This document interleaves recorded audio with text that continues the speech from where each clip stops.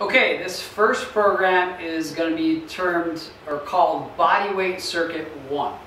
So this is the most basic one to start off with. If you haven't been exercising, this would be a great one to start with. This, even though it might be a bit blurry in this video, because the lines and pictures are kind of thin, you are getting a PDF version of this, which is very clear. It has the name of the exercise, it has how to do it, how many sets, how many repetitions, a picture, kind of like a before and after mirrored picture of how you should be doing the exercise. I'm going to demonstrate a lot of this, and I want to kind of show how you would be doing this. Again, this one is body weight only. Some of these pictures show, maybe these two here show some free weights, but you don't need those. So I'm going to show you exactly how to do this program with no equipment. Again, it's body weight only, very simple stuff. We're going to break it down. Now, the first thing I want to talk about is we have 3 columns of 3, okay? The first column is all lower body exercise, so all lower body leg exercises, okay? Hamstrings, glutes, quadriceps, calves, all that stuff's in the first column. The next column is all upper body, okay? Not having much equipment, we are a bit limited, but there's only 3 exercises, but it's all upper body. So it's going to be chest, shoulders, back, upper back type exercises. And then the third column is all core base exercises. Now these core exercises are all basically ab exercises. There's going to be some other ones that we look at with lower back, but your core is not just your six-pack or abs. It's basically your obliques. It's everything that stabilizes your torso. Okay, so it's basically mostly everything except for your legs, arms, and head. So this third column is core. So the first column, going from top to bottom vertically, is lower body. Second column is all upper body. Third column is all lower or all core. Now, the way that you look at this program and the way you read it can change many different aspects. A lot of times when people exercise, a common way is they'll do 3 sets of an exercise and then move on to the next one. Okay? What we're looking at here is we're kind of breaking it, changing what areas you're working on. So if you're going from reading it across the top, from a lower body exercise to an upper body to a core, there's going to be a little bit of rest in between using a timer. But what's primarily going to be happening is you're going to be shifting what areas you're working on. So by the time you come to this first core exercise, your legs are pretty much rested because they were done 2 sets ago. All right? So it's lower body, upper body, core. Now that's if you do 1 set. If you do more than 1 set, up to 3 sets, you can do it many different ways. So I'm going to show you the first way, which would be number 1, number 2, number 3. Go back. 1, 2, 3. Go back. 1, 2, 3. That's 3 sets of those 3. So instead of being 3 sets of 1 exercise, you're doing 1 round of 3, another round of 3, and another round of 3. Now the other thing I also put in here is it says do X amount of sets, which I put at 3. It's really 1 to 3. And then complete 20 repetitions. Now the 20 is in there, but it's not repetitions, it's actually 20 seconds. So it's 20 seconds of time. So the main thing to look at with these is you're not really doing a repetition like the old school system. The new school system that I like to use is using an interval timer. So if you're using an interval timer, you'd be doing the first one, which is step-ups for 20 seconds, and then it would go into a 10-second rest. You'd go into modified push-ups for 20 seconds. You have a 10-second rest. You go into a reverse crunch for 20 seconds. So in between, that 10 seconds is going to give you the amount of time to get ready to get in position for the next exercise. So they work very well to keep you going. So you're not really doing a set, sitting and resting, doing a set, sitting and resting. What we're doing is we're getting your heart rate up and we're keeping it up, and you have these little rest intervals. And that little 10-second rest interval does not sound like much, and it's not going to feel like much when you're going from one to the next, but it's something we need just to recover a little bit mentally and physically before we go to the next exercise. And at any point in time, you can stop that timer. If you do the first 3, and if you do the first 3, sorry, I lost my train of thought there for a second, and you need to pause the timer here, that's fine.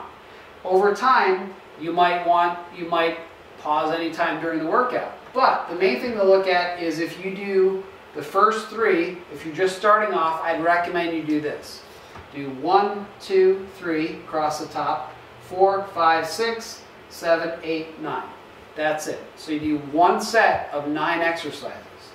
Now, each one is 20 seconds of work with 10 seconds of rest. So you could call that 30 seconds, right?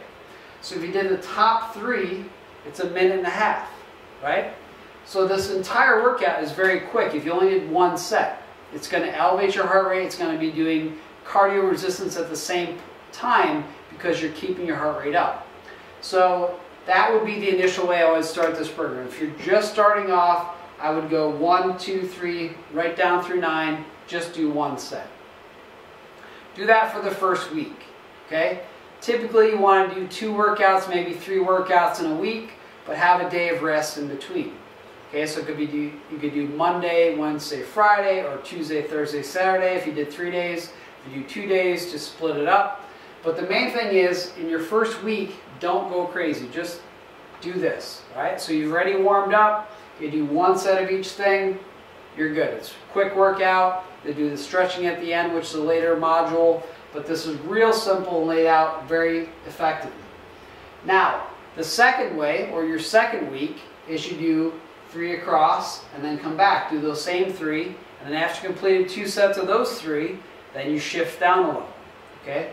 3 across, shift down a level, 3 across, 3 across. Now again, with you shifting from lower body to upper body to core, it's changing the areas you're focused on and working on. So it's more of a total body thing. You're doing a step up to a push up to a reverse crunch. Okay? And we'll get more into these as I discuss them. But I want to show you how to kind of follow this. So when you go to do your workout, put this on the wall or the floor as a printout or on your tablet or phone and see what you're doing. Okay, so you have a visual representation or picture of what you need to do for that exercise. So it keeps things very organized and neat in a grid pattern. Now the other thing that can happen is as you advance, you can still keep this workout. So this could last for 4 to 6 weeks. After that, you want to change it up a bit. So there's different things you can do to make it different for your body. Number 1, whatever you work on first, you're going to be the most fresh and you're going to have the most strength and mental focus for it. So here we're looking at step-ups, which is going to be unbalanced, stepping up on a chair or a step or a box. Pretty simple. And then your last one is basically elevated crunch on the floor. So you're stable, you're laying on the floor. Very simple. But what you can do to mix this up is instead of starting from the top and reading down, regardless of how many sets you do, if you start from the bottom and work your way up. If you do 1 set, or if you do 2 sets of each row, right? So they're always paired into those 3s. Not paired, but grouped together in 3s. So you can start in the middle and go down and then go up. You can mix it up. So what that does is actually challenge your body, because the more fatigued you are, the harder those later exercises are going to be. The first one you do, you're going to be the most fresh. It's going to be the least fatiguing. The ones at the end are going to be the toughest because you're going to be the most physically and mentally fatigued. Okay? Now, one more way to do this, not to confuse you and make it too difficult, but we're looking at this grid format. We're going from lower body to upper body to core. Now what if we go down? What if we read down? So if we read down, and our first set is going to be lower body, lower body, lower body, right? The first column, if we go straight down, what that's going to change is that you're doing 3 leg exercises in a row. It's going to challenge your legs a lot more. So what's going to happen there is going to get a lot more difficult. Same thing if you go to the middle. If you do the upper body, upper body, upper body, okay? You're challenging your body to focus on that one area. You're not really giving it much rest. You are, again, in between sets, getting that 10 seconds to change, but primarily it's work, right? It's staying in that same area. Same thing as this for your core. Now this will probably be the most challenging because you're not getting much rest. Your core is going to burn a lot, but it's going to do a lot of good for you. So that's another way to change this up. So you can read it across and follow that manner. You can read it down. You can do multiple sets. If you want, you can do multiple sets of each exercise. You can do 3 of the first one, 3 of the second, 3 of the third. it's not going to be as much conditioning that way. It's going to be more muscle building that way because you're focusing on one area at a time. If we move across from lower body to upper body to core, that's more conditioning. That's going to be much more heavy on the breathing, heavier on the cardiovascular system. So let me break these down. Again, not to be too complicated, and I want to simplify this as much as possible. This stuff does not require any equipment at all, and you can read it in different ways. But typically, set up in a grid format, you read from left to right, or from top to bottom. You can do one set of each. You can do multiple sets of each. You could do all 9, go back and do all 9, and do all 9 again. There's many different permutations of this. And P90X calls it muscle confusion. What it really is cross-training. What that means is you're doing the same type of stuff in this program, but you're changing the order and sequence. And that has a lot of positive impact on your body because it's a different stimulus. Your body has to respond or create a response to a stimulus. Your stimulus is exercise. It's a stress you're putting on your body.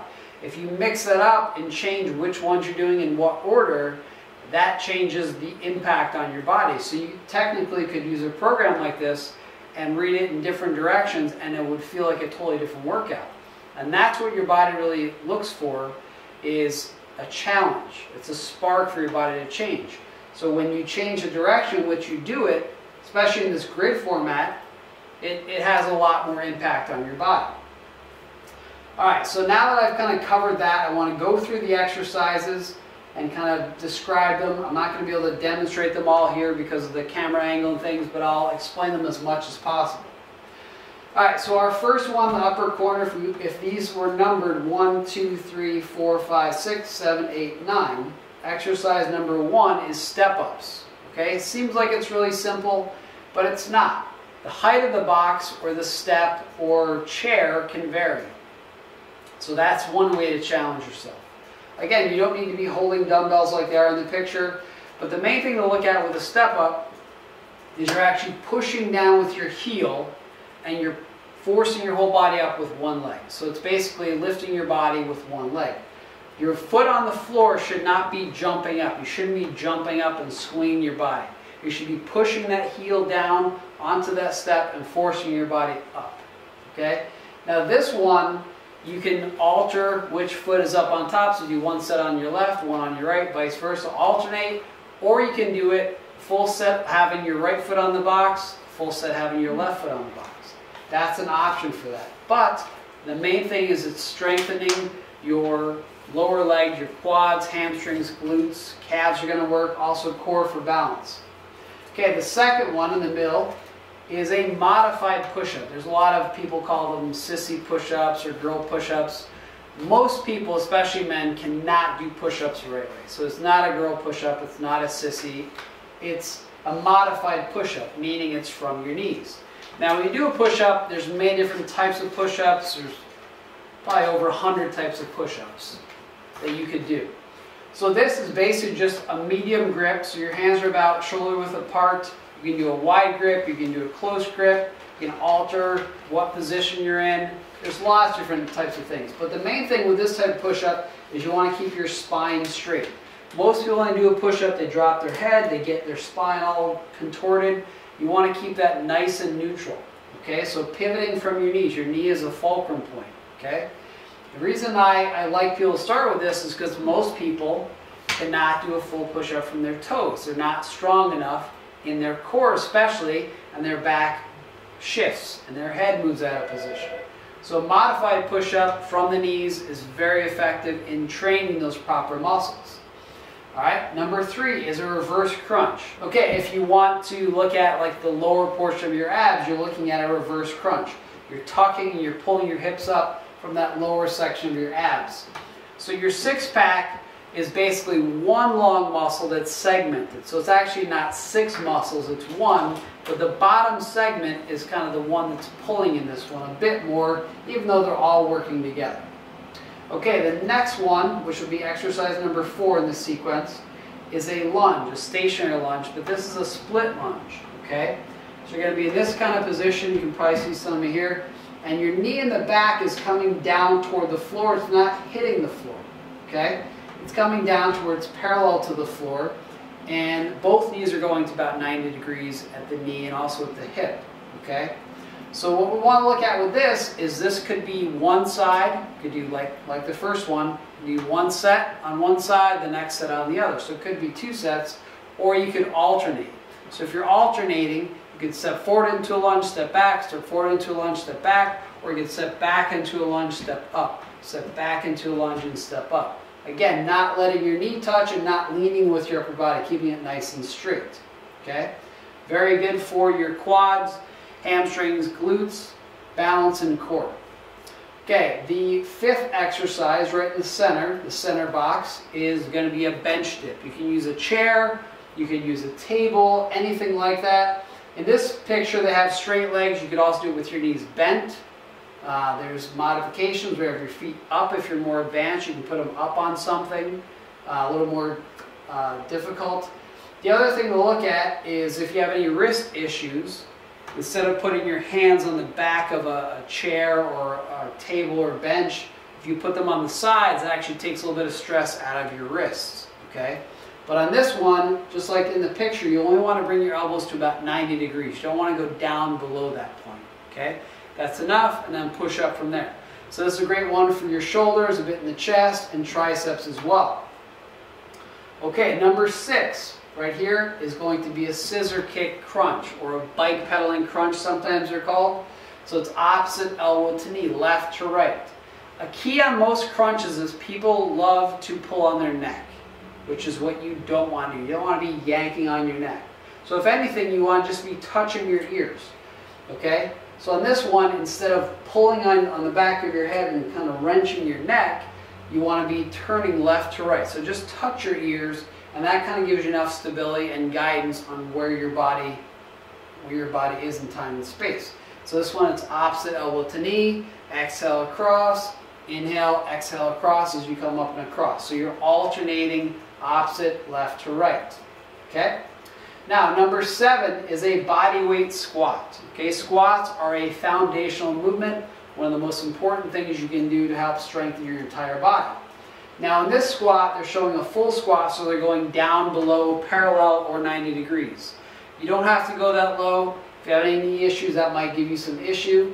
The one thing I like to tell people with issues is squat down to a chair.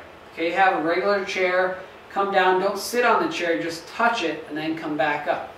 Okay, that should relieve some of the strain. The other thing with squats is a lot of people, when they go to squat, their knees go forward like this and they put a lot of stress in their knees. Your hips should go back just like you're sitting into a chair.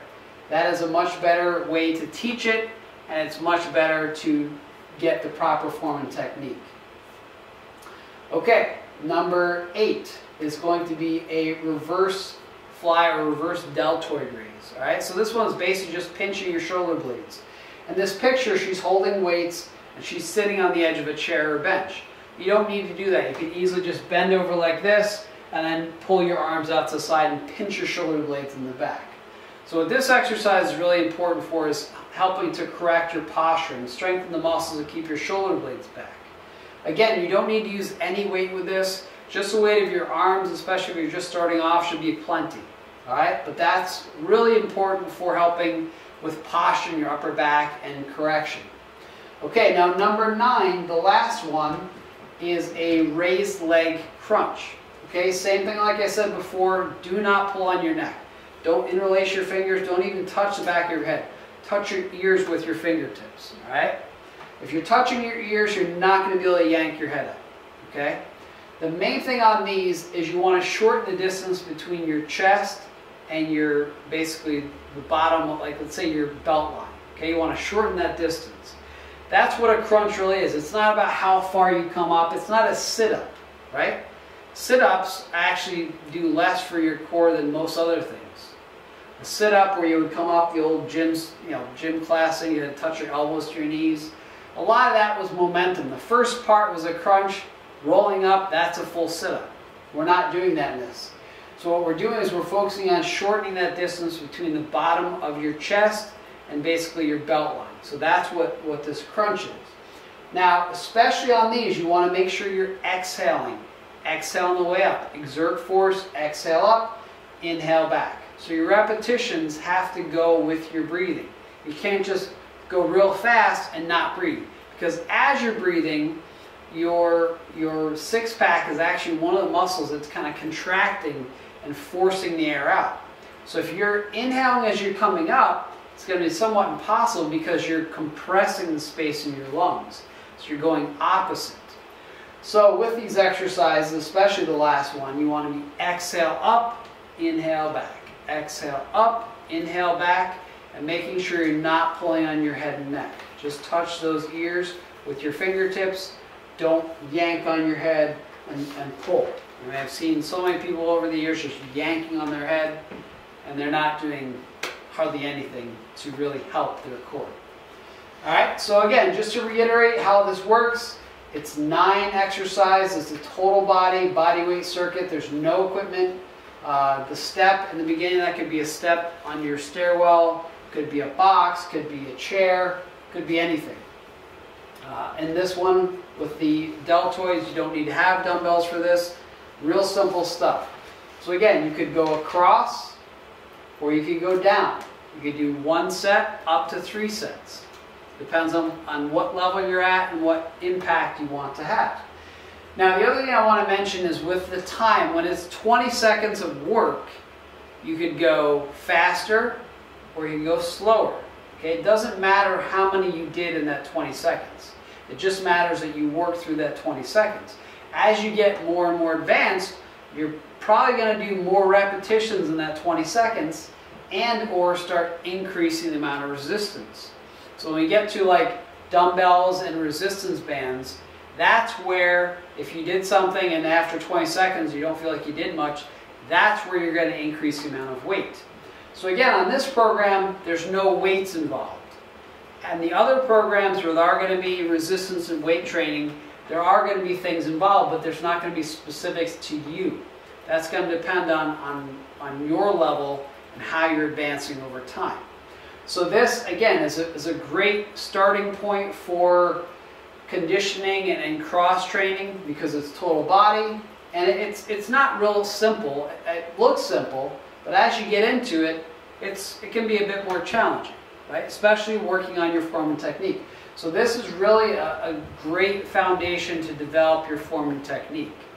So looking at how all this kind of plays together, understand it's a grid format, lower body, upper body, and core, and the way you read it changes the impact on your body.